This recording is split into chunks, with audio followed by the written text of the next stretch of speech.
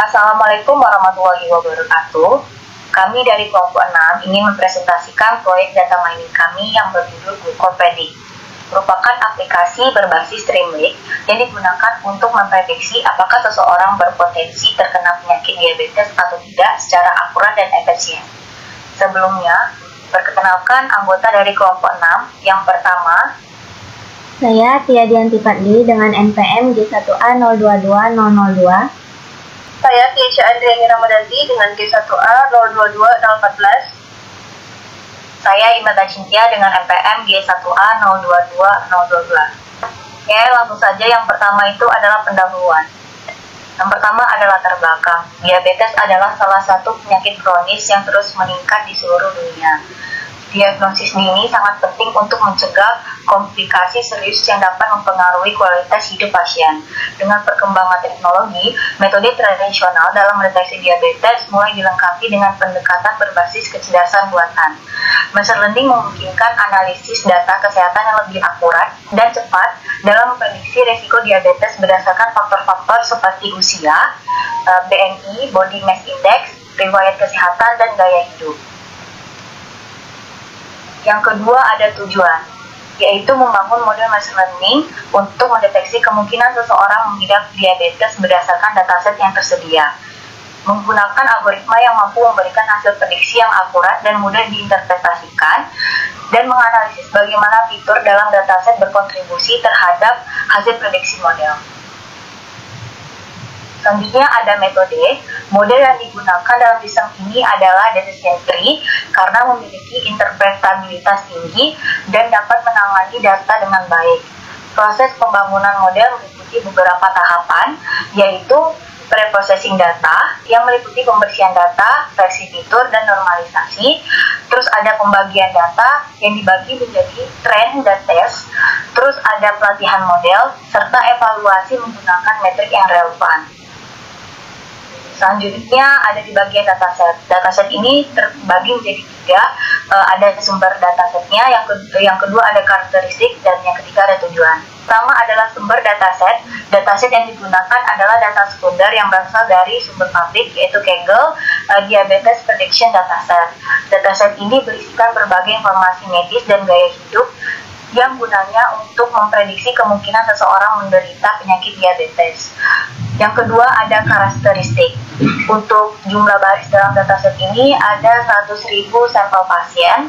Terus untuk jumlah kolomnya ada 9 fitur yang mencakup faktor resiko diabetes. Untuk jenis datanya itu kombinasi dari numerik dan kategorikal.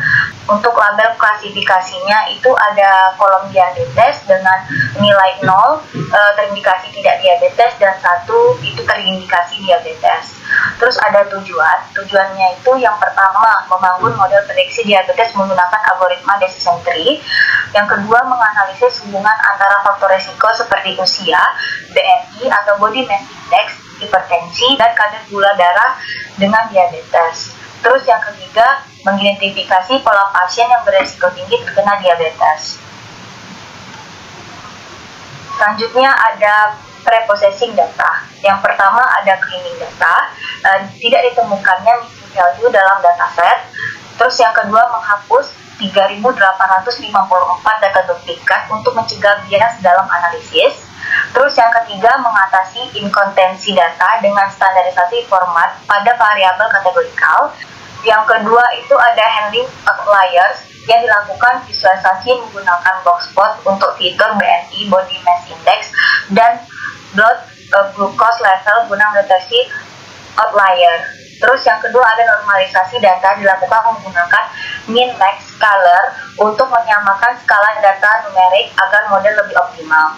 Yang ketiga ada fitur selection yang digunakan untuk yang pertama memilih fitur yang memiliki korelasi tinggi terhadap variabel target.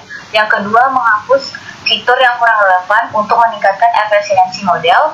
Yang ketiga menggunakan metode recursive feature elimination untuk menentukan atribut yang paling berpengaruh terhadap prediksi diabetes. Selanjutnya akan dijelaskan oleh teman saya.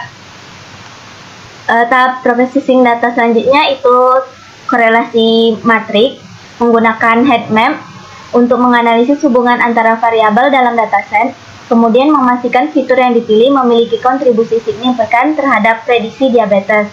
Tahap terakhir itu menyeimbangkan dataset, yaitu menggunakan SMOTE untuk menyeimbangkan jumlah data antara kelas positif diabetes dan negatif tidak diabetes.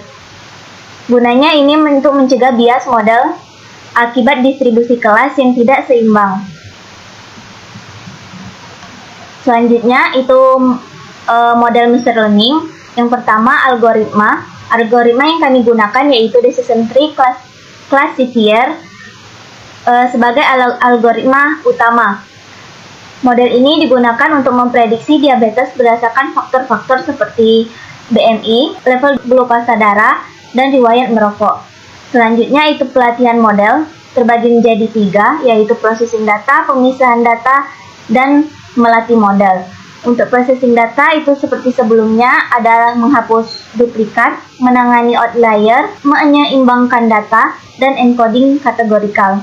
Selanjutnya itu pemisahan data yang terbagi menjadi 2, yaitu fitur X dan target Y.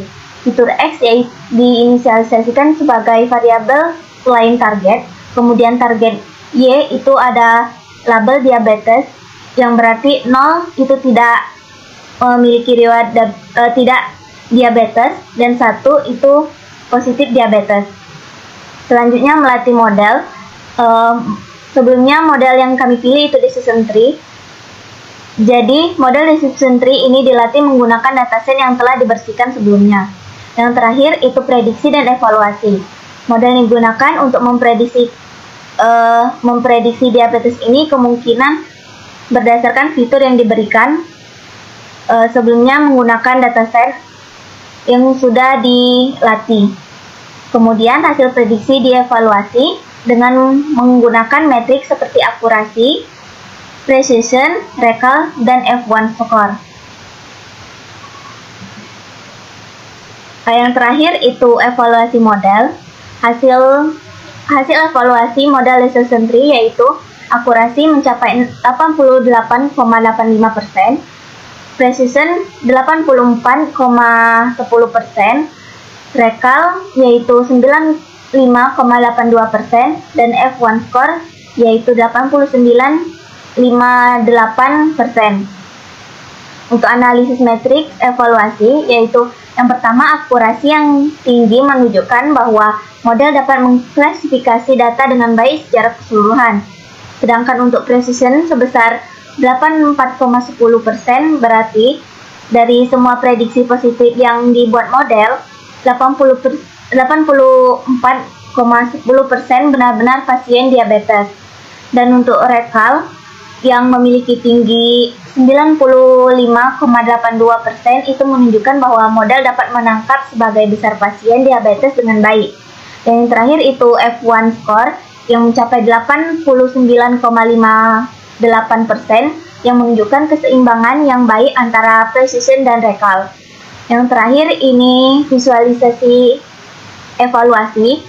Di sini kami menunjukkan grafik batang yang perbandingan antara metrik evaluasi untuk mempermudah interpretasi hasil. Nah, di sini terdapat akurasi, precision, recall, dan F1 score. Untuk selanjutnya itu demo aplikasi Glucopredict yang akan dijelaskan oleh teman saya.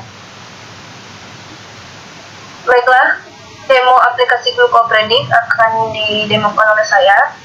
Sebelumnya, saya izin share screen. Baiklah, ini merupakan tampilan dari aplikasi Glucopredict yang telah kami buat untuk membantu tenaga medis dalam menganalisis apakah pasien tersebut memiliki resiko diabetes atau tidak. Sebelumnya, model yang kami buat ini menggunakan diabetes prediction dataset. Di sini dapat diklik untuk ke halaman link datasetnya. Kemudian, di sini ada beberapa fitur yang harus diinputkan oleh tenaga medis untuk memprediksi apakah pasien itu memiliki risiko diabetes atau tidak. Pertama, kita coba untuk memasukkan data seseorang yang sehat untuk melihat prediksi apakah seseorang tersebut terkena diabetes atau tidak. Pertama, kita inputkan gendernya female, terus usianya kita pilih misalnya 30 tahun, kemudian dia tidak ada riwayat hipertensi dan tidak ada riwayat penyakit jantung. Kemudian untuk smoking historinya juga kita pilih never, tidak pernah, dan input BMI-nya kita pilih di 22. Dan input HbA1c levelnya itu di 5, dan input glukosa levelnya itu di 100. Di sini kita dapat klik prediksi untuk melihat apakah dari data ini pasien tersebut memiliki risiko diabetes atau tidak. Nah, dapat dilihat hasilnya orang ini kemungkinan besar tidak terkena diabetes karena kita menginputkan data-data orang yang sehat. Selanjutnya, kita coba inputkan data-data orang yang ada kemungkinan diabetes. Kita ganti misalnya male, terus input usianya 40, kita masukkan dia ada riwayat hipertensi dan ada riwayat penyakit jantung. Kemudian untuk smoking historinya kita pilih ever atau pernah, dan input BMI-nya di sekitar 35 atau orang ini obesitas. Kemudian untuk input HbA1c levelnya di 8 dan input glukosanya di sekitar 250. Dan kita lihat apakah orang ini ada risiko diabetes atau tidak. Kita klik prediksi di sini. Nah, dari hasilnya terdapat orang ini kemungkinan besar terkena diabetes. Jadi, aplikasi yang kami bangun menggunakan decision tree ini dapat memprediksi apakah seseorang tersebut terkena diabetes atau tidak. Baiklah, kesimpulan. Model machine learning berhasil diterapkan untuk mendeteksi diabetes berdasarkan data kesehatan pasien. Hasil evaluasi menunjukkan bahwa model decision tree classifier memiliki performa yang cukup baik, dengan metrik akurasi, precision, recall, dan F1 score yang menunjukkan efektivitas dalam mengklasifikasikan pasien dengan dan tanpa diabetes. Analisis factor importance menunjukkan bahwa faktor seperti blood glucose level dan HbA1c level memiliki pengaruh besar dalam prediksi diabetes. Rekomendasi model dapat diperbaiki dengan optimasi hyperparameter, penggunaan algoritma lain seperti random forest atau XGBoost, serta peningkatan kualitas data melalui feature engineering dan balancing data yang lebih baik.